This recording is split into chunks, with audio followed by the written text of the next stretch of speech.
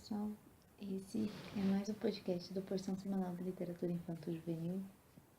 Primeiro, eu gostaria de pedir desculpas pela demora para postar outro podcast. Só gostaria de dar uma explicadinha para realmente pedir desculpas. Eu me casei há 20 dias atrás e nisso emendou o Natal e o Ano Novo.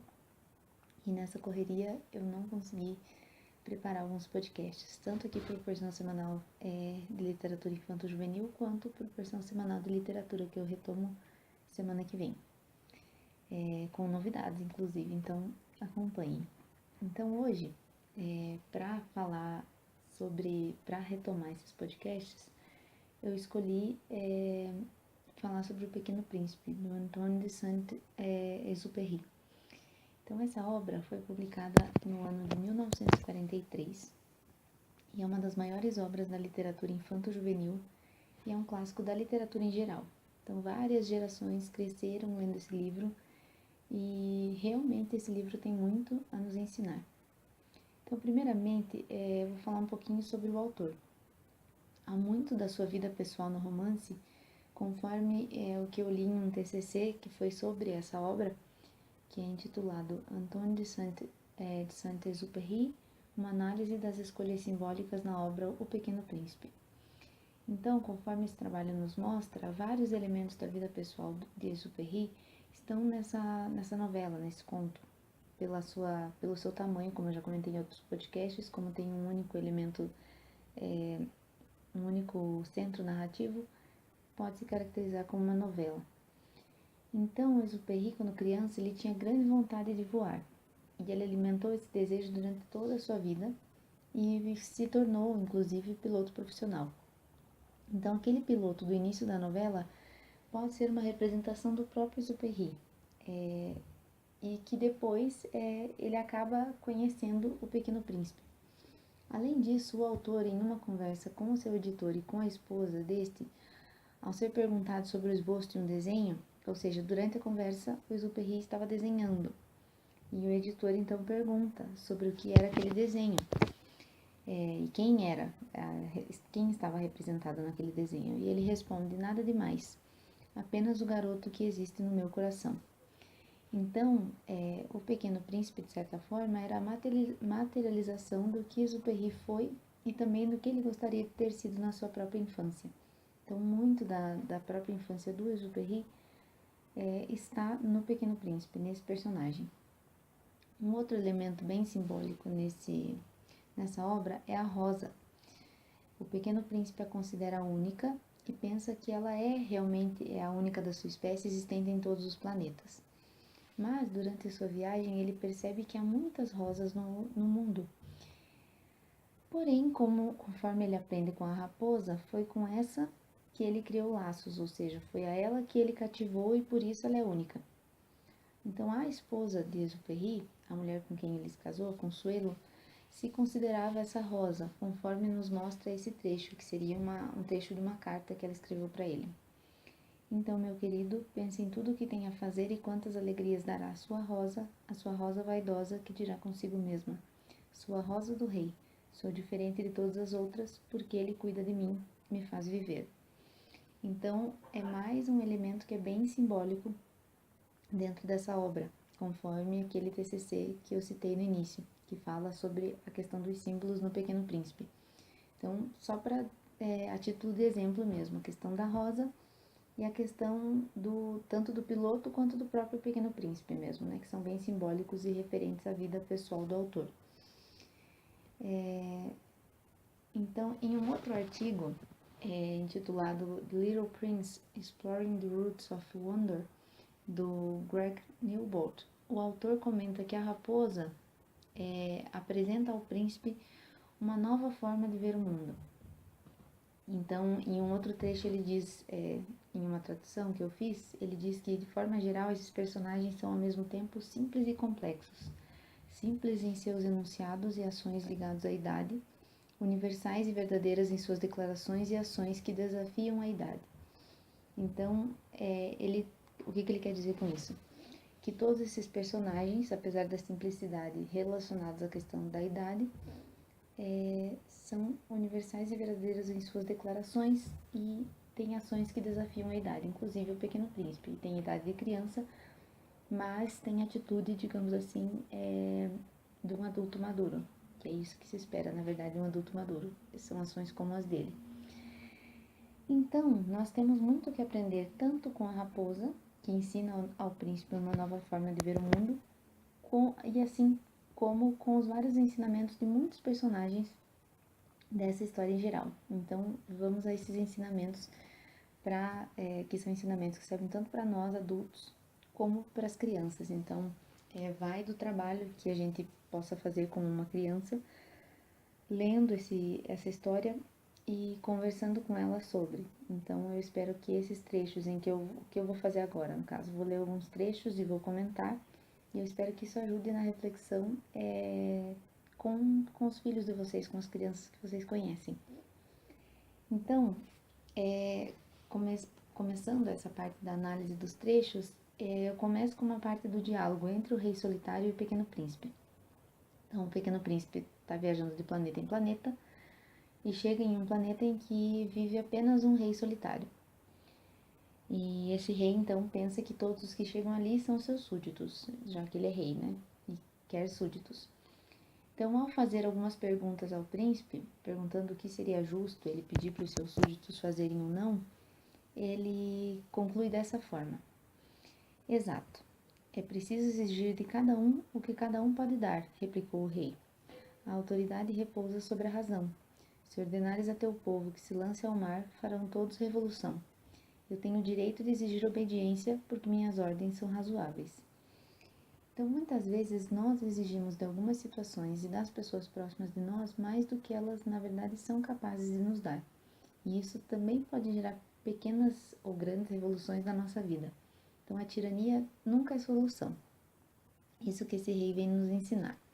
E ele também nos ensina mais algumas coisas. Ele fala que quer convencer o príncipe de que fique no seu país com ele, porque ele está cansado de ficar sozinho. E então diz que o Pequeno Príncipe poderia ficar responsável por julgar os demais. E daí o Pequeno Príncipe diz: mas quem eu vou julgar? Se não tem, só tem o senhor e eu aqui. Quem eu vou julgar então, né? E então ele diz assim que ele diz que o Pequeno Príncipe poderia julgar a si mesmo. Então ele diz assim: tu julgarás a ti mesmo, respondeu-lhe o rei. É o mais difícil. É bem mais difícil julgar a si mesmo do que julgar os outros. Se consegues julgar-te bem, eis um verdadeiro sábio. E isso, o rei falar isso é algo muito sábio, porque é tão fácil nós julgarmos e vermos os erros que os demais cometem, e ao mesmo tempo é tão difícil reconhecermos os nossos próprios erros. Então, por isso, ele diz que quem consegue julgar-se bem é sábio, porque com isso ele não está querendo dizer que sabe julgar-se quem não vê defeitos e erros em si próprio, e sim quem os percebe, ou seja, quem percebe seus erros e defeitos e age para transformá-los em virtudes. Então, esse é o verdadeiro sábio.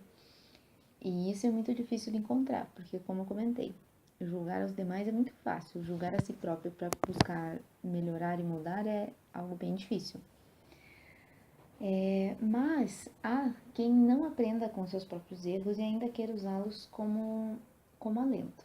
Então, o príncipe, ao continuar sua viagem, chega em um planeta onde encontra um beberrão. Então, ele pergunta assim pro bêbado: por que é que bebes? Perguntou-lhe o príncipezinho. Para esquecer, respondeu o beberrão. Esquecer o quê? Indagou o príncipezinho, que já começava a se sentir pena. Esquecer que eu tenho vergonha, confessou o bêbado, baixando a cabeça. Vergonha de quê? Indagou o príncipezinho, que desejava socorrê-lo. Vergonha de beber, concluiu o beberrão, encerrando-se definitivamente no seu silêncio. E o príncipezinho foi-se embora perplexo. As pessoas grandes são decididamente muito bizarras, disse para si durante a viagem. São realmente bizarras, porque o erro torna-se alentador para esquecer dele mesmo. Então, eu insisto no meu erro para esquecer justamente que eu errei. Então, dessa forma, ninguém vai conseguir solução para nada e ninguém vai conseguir mudar nada, né? Então, há quem não consegue julgar-se a si próprio, não consegue reconhecer seus erros e não consegue de tal forma que insiste nesses erros para se consolar. Semelhante a esse bêbado, em um outro planeta, é o homem de negócios que o príncipe encontra. Então esse homem gasta todo o seu tempo a contar as estrelas, pois diz que as possui. Então o pequeno príncipe pergunta assim para ele: E que fazes tu dessas estrelas? Que faço delas? Sim, nada, eu as possuo. Tu possuis as estrelas? Sim, mas eu já vi um rei que os reis não possuem, eles reinam sobre. É muito diferente. E de que te serve possuir as estrelas, né? Pergunta o pequeno príncipe. Servem-me para ser rico. E para que te serve ser rico? Para comprar outras estrelas, se alguém achar. Esse aí, disse o príncipezinho para si mesmo, raciocina um pouco como o bêbado. Então o bêbado queria esquecer que bebia, tomando um pouco mais. E este conta todas as estrelas, diz que é dono delas e por quê. Então ele diz que é dono delas para ser rico e quer ser rico para comprar ainda mais estrelas. Então isso serve para nos lembrar de que a simples posse por ela mesma não traz felicidade e satisfação para ninguém. Então é aquele velho jargão, né, de que riqueza não traz felicidade para ninguém. Então a simples posse nunca vai trazer felicidade e satisfação para ninguém. Ou esse seria a pessoa mais feliz que o príncipe teria encontrado na sua viagem. Mas, em outro país, o príncipe vai encontrar um sujeito pelo qual ele realmente se interessa. Então, antes de chegar à Terra e antes de conhecer o piloto do avião. Ele encontra um acendedor de lampiões, que não tem descanso, porque o país é muito pequenininho, então a todo momento ele precisa acender o lampião, visto que o país gira muito rápido. E o príncipezinho comenta o seguinte: Esse aí, disse para si o príncipezinho, ao prosseguir a viagem para mais longe, esse aí seria desprezado por todos os outros. O rei, o vaidoso, o beberrão, o homem de negócios. No entanto, é o único que não me parece ridículo. Talvez porque é o único que se ocupa de outra coisa que não seja ele próprio. Suspirou de pesar e disse ainda: Era o único que eu podia ter feito meu amigo. Mas seu planeta é pequeno demais, não há lugar para dois. Então foi o único que o pequeno príncipe encontrou que preocupa-se com algo externo a eles mesmos. O homem de negócios só queria saber da sua riqueza. O beberrão só queria saber da sua tristeza e da sua satisfação bebendo mais. O rei, apesar de pensar um pouco mais, de ser um pouco mais sábio do que os outros, só queria ter súditos para poder exercer seu poder. E o vaidoso, que eu ainda não tinha comentado aqui, porque em um dos planetas, o pequeno príncipe encontra uma pessoa que só busca admiradores. Então, o vaidoso só queria admiradores e não amigos. E isso é o que o egoísmo faz com todos. Impede as relações humanas e impossibilita as amizades, porque numa amizade você tem que estar disposto a se doar, tanto na amizade quanto em outras relações humanas. E para o egoísta isso é impossível, ele só quer receber, não quer doar nada. Então, isso é por isso que para todos esses personagens é impossível encontrar um amigo, porque eles só pensam em si próprios. E isso é algo que a gente também, eu acredito que deve ensinar muito bem as crianças, porque a ensinar que o egoísmo não traz recompensa e nem felicidade nem amizade para ninguém. E finalmente nós temos então os belos ensinamentos da raposa, a qual eu tinha comentado no início, né? Então, lendo aqui um trechinho e comentando um pouco sobre. A raposa calou-se e considerou por muito tempo o príncipe. Por favor, cativa-me, disse ela. Bem quisera, disse o príncipezinho, mas eu não tenho muito tempo. Tenho amigos a descobrir e muitas coisas a conhecer. A gente só conhece bem as coisas que cativou, disse a raposa. Os homens não têm mais tempo de conhecer coisa alguma. Compram tudo prontinho nas lojas. Mas como não existem lojas de amigos, os homens não têm mais amigos. Se tu queres um amigo, cativa-me. Então essa raposa, ela ensina ao príncipe que cativar significa criar laços. Então por isso é que ela diz que os homens não conseguem mais amigos, porque eles não se dão ao trabalho e pensam que é perda de tempo criar laços com os demais. E justamente por isso que ela brinca com a questão de que hoje se compra tudo pronto nas lojas, porque os homens não querem mais trabalho, não querem mais ter trabalho com as coisas, mas como não existe loja que vende amigos, por isso eles não têm mais amigos e vivem solitários. E ela está muito certa em dizer isso. A amizade demanda tempo, demanda esforço, demanda que um cative o outro, que um Busque criar laços com o outro. E por isso que todas essas pessoas não tinham amigos. E por isso também que ao despedir-se do Pequeno Príncipe, ela diz o seguinte: Adeus, disse a raposa. Eis o meu segredo. É muito simples. Só se vê bem com o coração. O essencial é invisível para os olhos. O essencial é invisível para os olhos, repetiu o príncipezinho, a fim de se lembrar. Foi o tempo que perdeste com tua rosa que fez tua rosa tão importante.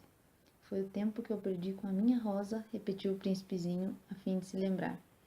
Os homens esqueceram essa verdade, disse a raposa, mas tu não a deves esquecer. Tu te tornas eternamente responsável por aquilo que cativas. Tu és responsável pela rosa. Eu sou responsável pela minha rosa, repetiu o príncipezinho, a fim de se lembrar. Então, e realmente tudo que é essencial nesta vida é invisível e nós só podemos sentir no nosso coração. Então, a Deus nós não vemos, só o sentimos, o amor, as amizades verdadeiras, a alegria, o companheirismo, tudo isso só é visto através do coração. Então, a Deus nós só vemos, né? Deus que eu comentei no início, a gente só vê através da fé. E em seguida, então, por isso que a raposa fala o trecho mais famoso, né, desse livro, do Pequeno Príncipe, o trecho que eu já li, na verdade, anteriormente. Tu te tornas eternamente responsável por aquilo que cativas, ou seja, você tem responsabilidade com as pessoas com as quais você criou laços. Então, é por isso que uma esposa tem responsabilidades com seu marido e vice-versa. O pai e a mãe com seus filhos, os filhos com os pais, os irmãos entre eles próprios e os amigos. Não é possível desprezar e esquecer uma pessoa que eu cativei. Não é próprio de uma pessoa, de uma boa pessoa fazer isso. Então é por isso que é isso que quer dizer essa frase tão famosa desse livro, que inclusive muitas pessoas conhecem esse livro através dessa frase, né? Então é a frase mais famosa e a frase que a raposa diz para o Pequeno Príncipe, uma das frases. Então, por isso que eu comentei no início que a raposa tinha muito a nos ensinar. Por fim, para fecharmos essa reflexão, temos um último trecho que eu considero muito interessante. Em um outro planeta, o príncipezinho conhece um vendedor. Então ele começa conversando com o vendedor da seguinte forma: Bom dia, disse o príncipezinho. Bom dia, disse o vendedor. Era um vendedor de pílulas aperfeiçoadas que aplacavam a sede. Toma-se uma por semana e não é mais preciso beber. Por que vendes isso? Perguntou o príncipezinho. É uma grande economia de tempo, disse o vendedor. Os peritos calcularam. A gente ganha 53 minutos por semana. E que se faz então com os 53 minutos? O que a gente quiser. Eu, pensou o príncipezinho, se tivesse 53 minutos para gastar, iria caminhando, passo a passo, mãos no bolso, na direção de uma fonte. Então o príncipezinho entendeu melhor do que o vendedor o valor do tempo. Para que serve alguém buscar ter mais tempo se não soubermos como utilizá-lo bem?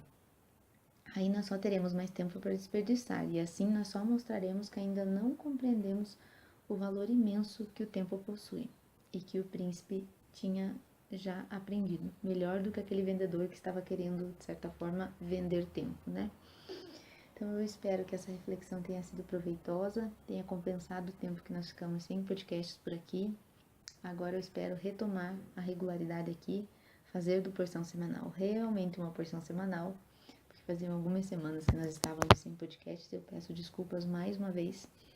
Então eu peço que vocês continuem acompanhando a página do Porção Semanal de Literatura Infanto-Juvenil, continuem acompanhando o canal aqui na SoundCloud e deixando as suas sugestões, porque inclusive o Pequeno Príncipe foi uma sugestão que eu recebi pelo Instagram, e então a pessoa me pediu que eu refletisse um pouquinho sobre o Pequeno Príncipe e como eu acho que é uma obra muito importante da literatura infanto-juvenil e da literatura em geral, achei que seria muito proveitoso falar sobre ela aqui. E peço que vocês também acompanhem o Porção Semanal de Literatura, que foi o projeto com o qual eu iniciei isso, essa questão das análises literárias.